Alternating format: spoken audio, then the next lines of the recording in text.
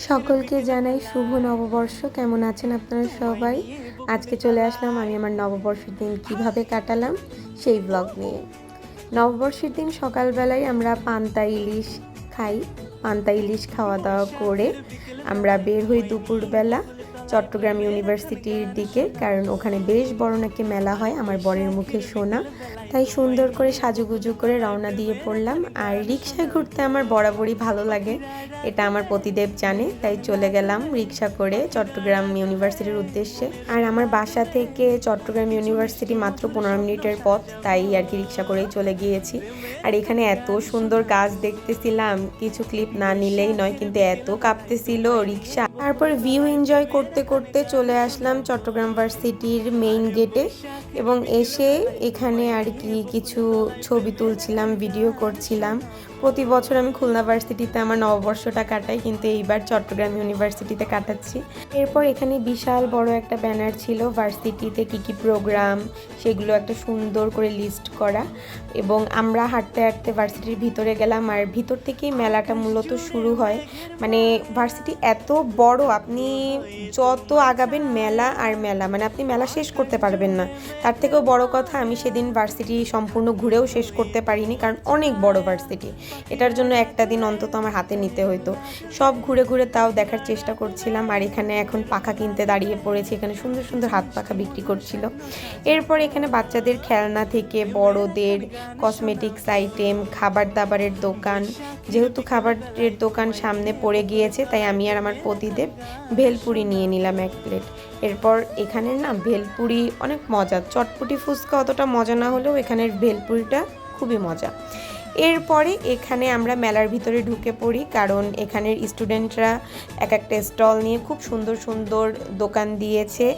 আর আমরা সেগুলো ঘোরা শেষ করেই আবার দুজনে দুটো আইসক্রিম নিয়ে নিয়েছিলাম। এই আইসক্রিমগুলো না বেশ মজা, এই আইসক্রিমের উপর না কনডেন্স মিল্ক দেয়, আর খুব খুব বেশি মজা লাগে। এরপর কিছু দূর আবার হাঁটতে হাঁটতে গিয়ে একটা কেকের শপের খোঁজ পাই না, দেখে ফেলি। আর আমি দীর্ঘ 1 মাস কেক না খেয়ে বেঁচে আছি। মানে ভাবা যায়, যেই মেয়ে এত কেক পছন্দ করে সেই মেয়ে 1 মাস ধরে কেক খায় না। যেহেতু এরকম কেকের স্টল পেয়েছি, তাই বরের কাছে আবদার করলাম আমাকে এখন কেক খাওয়াতেই হবে, কিছু করার নাই।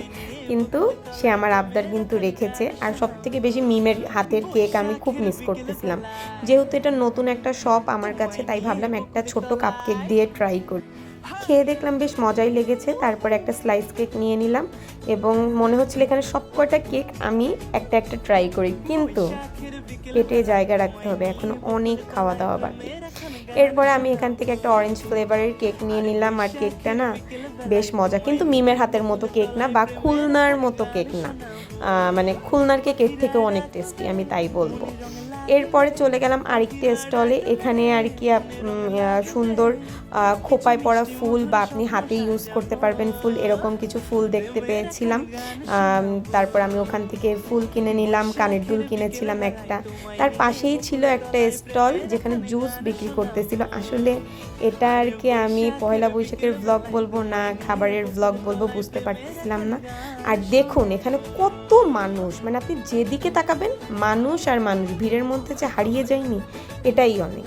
এরপর মাটির ব্যাংকের দরাদরি করছিলাম, তখন পতিদেব বলল এখন এই ব্যাংক নিয়ে কি পুরো ভার্সিটি ঘুরবো, পরে কিনে দিব। তাই তখন আর ব্যাংকটা কেনা হয়নি। এরপরে দেখলাম রসমালাই, আর এটা হলো কুমিল্লার রসমালাই নাকি। আর কুমিল্লার রসমালাই তো সবসময় বিখ্যাত হয়, যেহেতু সে এখানে নিয়ে বসেছে তাই আমরা একটু টেস্ট করে নিলাম। অপরদিকে আমার পতিদেব বলছে আমি নাকি ফুড রিভিউ দিতে পারি না ক্যামেরার সামনে। তারপর বললাম আচ্ছা যাও, এখন থেকে প্রতিটা ফুডে তোমাকেই রিভিউ দিতে, এর জন্য এখন প্রতিটা ফুডে আমার বরকেই দেখতে পাবেন। এরপর সে এখান থেকে একটা ঘটি গরমের নিয়ে নিল, মানে চানাচুর মাখা নিয়ে নিয়েছে। চানাচুর মাখা নেওয়ার পরে আমরা সেই চানাচুর মাখা খাচ্ছিলাম। যেহেতু আমার বর বলেছে আমার আর ফুড রিভিউ দেওয়া হবে না, তাই নিজেকে একটু সেলফিতে নিয়ে নিলাম। হাঁটতে হাঁটতে কিছু দূর গিয়ে দেখি নাগরদোলা, বললাম আমি একটু নাগরদোলায় উঠবো। তারপর ভাবলাম শাড়ি পরে নাগরদোলায় আর রিস্ক নেওয়া যাবে না। এরপর আমার পতিদেব একটি কুলফি নিয়ে নিল, এবং এই কুলফিটা সে একাই খেয়েছে, কারণ এই কুলফিটা আমার মোটেও পছন্দ না, তাই আমি নিই নাই। হাঁটতে হাঁটতে চলে গিয়েছিলাম মুক্ত মঞ্চের কাছে। যাওয়ার আগে আমার পতিদেব বলল এখানের মাংস আর লুচিটা না খুবই মজা, এসে এটা না খেয়ে গেলে তুমি মিস করবে। অতঃপর তাকে সঙ্গ দিলাম, সঙ্গ দিয়ে মুক্ত মঞ্চের পাশে কিছু ছবি তুলে নিচ্ছিলাম। এরপর এখানে অনুষ্ঠান হচ্ছিল, আর যেহেতু এখানে ইনভাইটেড ছিলাম, তাই এত ভিড়ের মধ্যেও আমাদের সিট বরাদ্দ ছিল এবং আমরা সেই সিটেও বসার সুযোগ পেয়েছি। তারপর আমরা এই সামনের সারিতে বসেই আমরা এই অনুষ্ঠানটা উপভোগ করেছি, আর তার জন্য অনেক অনেক ধন্যবাদ আমার বরকে। সে না থাকলে হয়তো বা সিটও পেতাম না, বসার সুযোগও পেতাম না। তার কারণেই আমরা ইনভাইট পেয়েছি এবং এখানে গিয়ে মঞ্চের অনুষ্ঠানগুলো উপভোগ করেছি। আমাদের ফিরতে ফিরতে রাত 10টা বেজে গিয়েছিল। তারপর ভাবলাম কোনো রেস্টুরেন্টকে আমাদের জন্য খুলে রাখছে, তারপর দেখলাম না, আমাদের বাড়ির পাশেই একটা যে রেস্টুরেন্ট ছিল সেটা ওপেন ছিল। তারপর আমার বর এখানে অর্ডার দিল চিকেন মশলা, তারপর অর্ডার দিয়েছে বাটার নান। কিন্তু কথা তা না, আমার বর বলেছে আমাকে দিয়ে আর ফুড রিভিউ হবে না, তাহলে কেন সে আমার ভিডিও করেছে। যাই হোক, ভিডিও যখন করেছে এগুলো তো আর কেটে দেওয়া যায় না, তাই আর কি ক্লিপগুলো অ্যাড করে নিলাম। কিন্তু এখানের চিকেন মশলা আর বাটার নানটা না খুব বেশি মজা ছিল। খাবার শেষে একটু ডেজার্ট না হলে হয়? যে পরিমাণ ডেজার্ট আজকে খেয়েছি, এতে আমার আগামী 1 মাস ডেজার্ট খাওয়া বন্ধ। যাই হোক, এখানে আমি একটা পুডিং নিয়েছি। এদের এখানে পুডিংটা বেশ মজা, মানে আমরা সাদিয়াস কিচেনে গিয়েছিলাম, আর এদের পুডিংটা এত মজা দেখে আবার লোভ লাগছে। যদি আমার পতিদেব এই ভিডিওটা দেখে থাকে তাহলে বলবো অফিস থেকে আসার সময় আরেকটি পুডিং আনলে অখুশি হব না, বরং খুশিই হব। যাই হোক, অর্ধেক খেয়ে আর হাফ তো দিয়ে দিয়েছি, কারণ সে তো এখন থেকে আমার বেটার হাফ, তাই না? তাই তাকে যদি এখন না দিই তাহলে কি হয়।